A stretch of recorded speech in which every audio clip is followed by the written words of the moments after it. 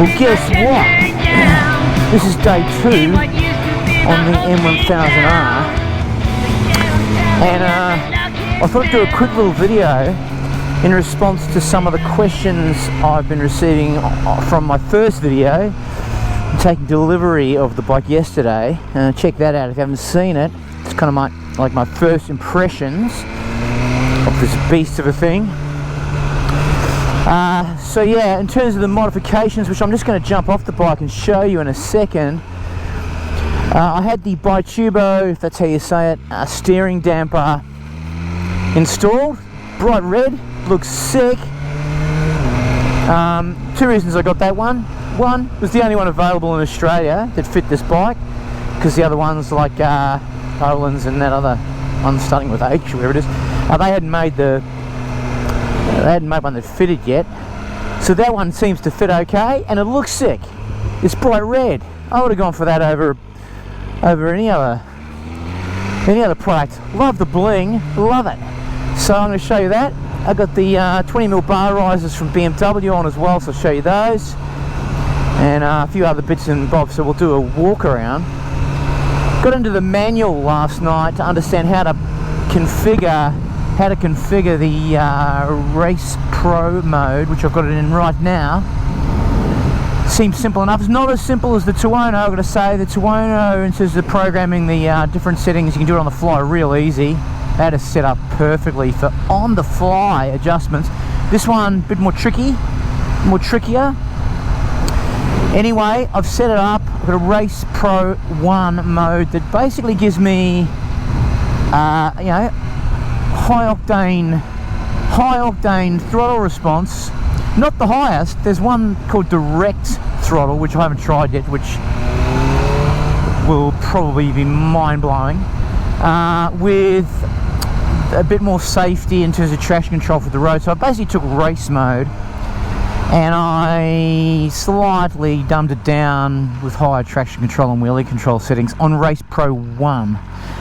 I will ride that for a couple of days, see what it's like. Then I'll program another Race Pro mode for something more aggressive, and I'm really keen to give the direct throttle mode a burl. I haven't had a crack yet. Might wait for these tyres to scrub in. Anyway, quick walk around the magnificent M1000 single R. Committee parking only. Well, I'm part of the BMW MR committee, so that's me. Yeah, I'm a committee member. Okay, one sec. Check it. Stunning looking bike. And that's not even its good side. Look at the carbon, sparkling in the sun.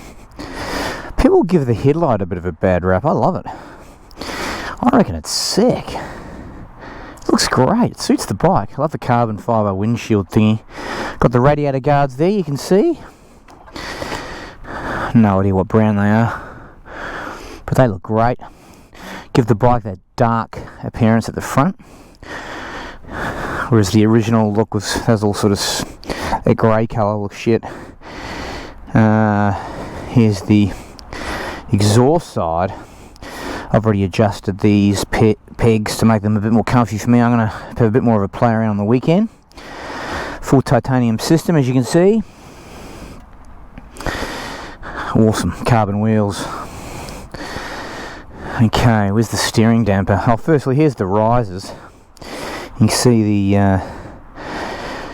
BMW risers there. And I was a bit worried actually when they first put them on. I thought, I hope I can still see the screen, because it's quite a lot higher. No problem at all, is your view of the screen.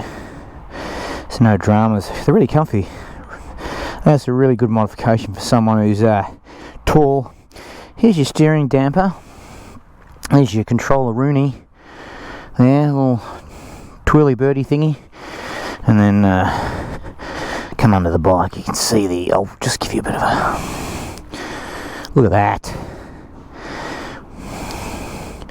That is the bi-turbo bright red blingy steering damper. Love it. I love it. So cool. And yeah, little BMW tank pad there.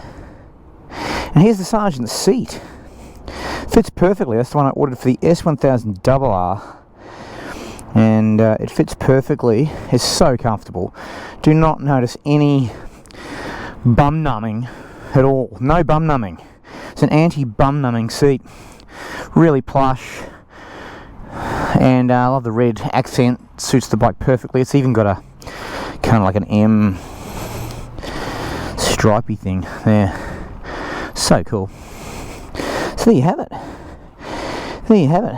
I'm sure there's other things I've done that I can't even remember. Anyway, that is the beast of all beasts. Anyway, that's just a quick update. More to come. See you later. This exhaust sound is actually pretty decent. Pretty decent.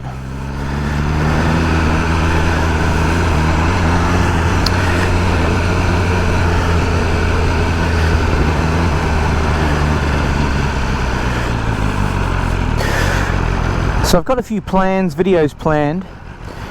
Someone this morning asked me if I could do a comparison with the Multistrada, which is not the most intuitively obvious comparison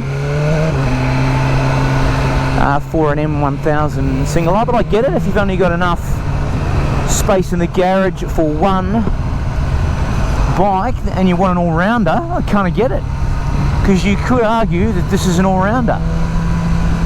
We will see. The Multistrada most certainly is, and right now that's the one bike in my garage that I just could never see myself selling. I could see myself upgrading it, but never sell, well, as in trading in for the next model later. But it's just awesome. I've got some big other news. I've actually put an order in for the first BMW XR M in black. So that order is in at Pro Cycles. Thanks, Matt. So that'll probably be April next year by the time we see that. How exciting. That will be a good comparison for the Multistrada, and who knows, might dethrone it, who knows, but it'll be a big job because that is such a great bike. Anyway, I will do the comparison between the M1000R and the Multi. I'll probably wait till this thing's unlocked, and then I'll take it with my mate for a spin. We'll do back-to-back tests. We'll do some considered thinking about the two bikes. I'm certainly going to do that with the Tuono. I'm hopeful I can get the 1,000 kilometers up on this thing within a couple of weeks, and then I can let rip and really compare the two bikes. So I'm going to do a detailed comparison with the Tuono and a detailed comparison with the Multi. Why not? Might be a world first, eh? How about that? We shall see. At the moment, my next sort of phase of discovery on this bike is to really try and test out the settings, the riding mode settings. You know, I want to set myself up with my personalised riding modes, and yeah, I'm going to muck around a lot with that and give you some feedback. I'm just going to spend a couple of days now riding in this Race Pro 1 mode. I've got to work out how to get the exhaust going. Blah blah blah blah. In race mode, standard race mode, it does. It pops and farts, which is awesome. I thought it would in Race Pro 1, but it's not. So one of my settings isn't aggressive enough. I'll have to revisit that, I suppose.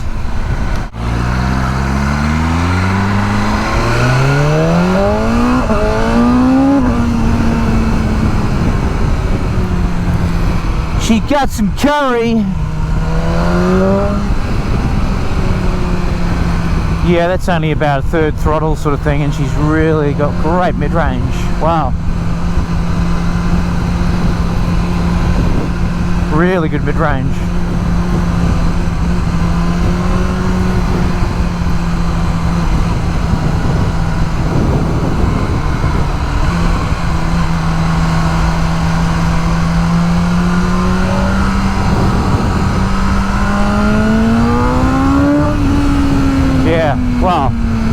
superb.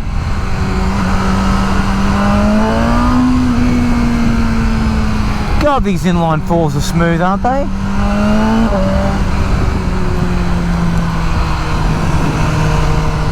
They just keep building power right the way through the rev ranges, whereas the behaviour of the V4 engine's a bit more down low, doesn't have the same pulling power sort of mid and high range.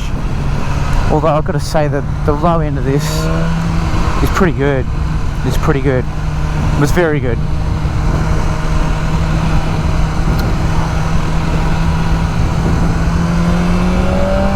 Actually, the wind blast ain't too bad. It's only sort of 80 to 100k an hour. No, I'm not. Take that back. The wind blast isn't too bad.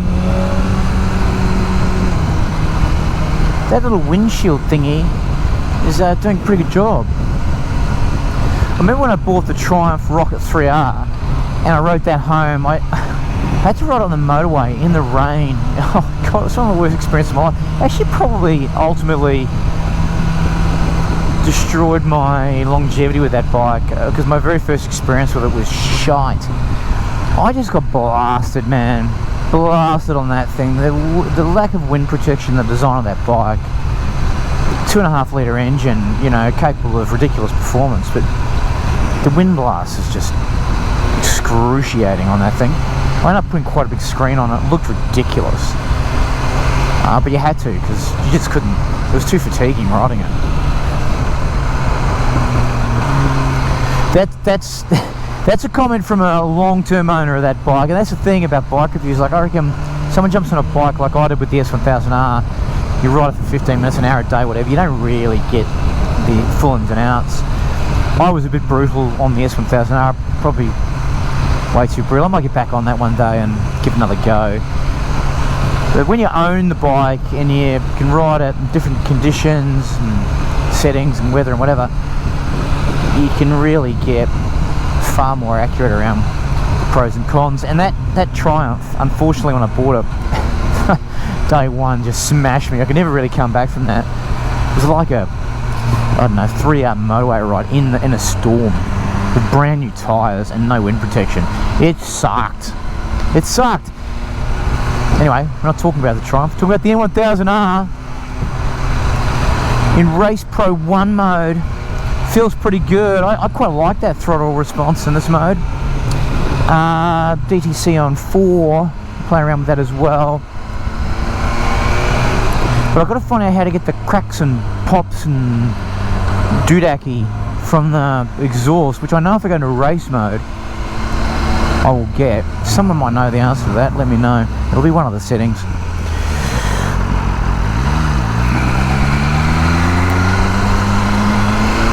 Anyway, that's enough for me this morning. Just a quick blast. Update you on the mods. Update you on where we're at with this. Some plans for the future. You'll be seeing some more detailed videos really soon. See you later.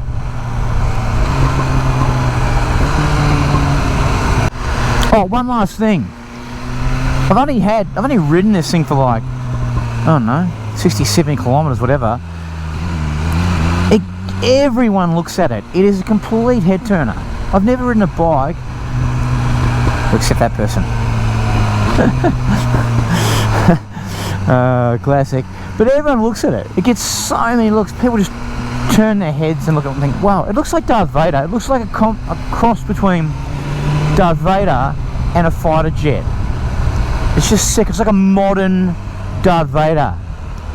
Modern day Darth Vader. I might call it Darth. In fact, that's it. I've named my bike, or Anakin. Anakin. Should I call it Anakin? Or Darth? Okay. I don't know. Maybe you can help me out. Anakin or Darth. That's my shortlist for naming this bike. And I am going to name it. Needs a name. It's got great personality. Needs a name. But everyone looks at it, especially in this city. It's crazy. Obviously one of the first ones in Sydney. And people haven't laid eyes on it before. They're looking at it going, wow, that looks like Darth Vader. Anakin. Nope.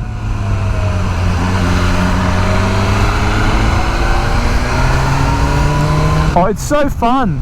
Oh, it's so fun. I love it. What makes it fun, what makes this bike fun is its responsiveness in every way. From the quick shifter that's just blisteringly quick and smooth, to the turn and the brakes, the throttle response, everything is just freaking awesome. It's just so fun. Oh, you just want to ride and ride and ride and ride. I'm not getting any vibes through that throttle either. I wonder if this bar ride might have something to do with that. I'm not really getting any vibes, which is really cool. Not worried about that. See you later again.